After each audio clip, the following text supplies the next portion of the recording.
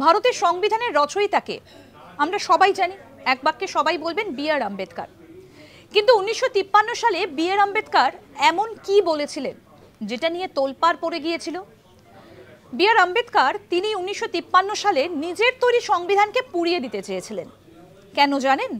আসুন সেই বিষয়ে আপনাদের বলি।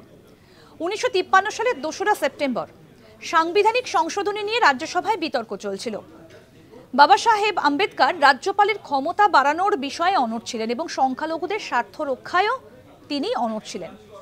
এই বিতর্কের সময় বাবা সাহেব বলেছিলেন, নিম্ন শ্রেণীর মানুষজন সবসময় এটা ভেবে ভয়ে থাকে যে সংখ্যাগরিষ্ঠরা তাদের ক্ষতি করতে পারে। আমার বন্ধুরা আমায় বলেছিল, সংবিধান তৈরি করেছি আমি, আর আমি হব সেই প্রথম ব্যক্তি যে এই সংবিধান পড়াবো।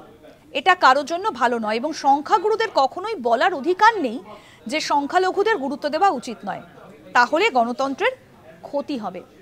আসলে বি.আর. আম্বেদকর রাজ্যপালের ক্ষমতা বাড়ানোর পক্ষে ছিলেন, অনড় ছিলেন, আর তাই তিনি 1953 সালে এই উক্তিটা করেছিলেন। দেখতে থাকুন আজ তাক বাংলার ইউটিউব চ্যানেল, সাবস্ক্রাইব করুন।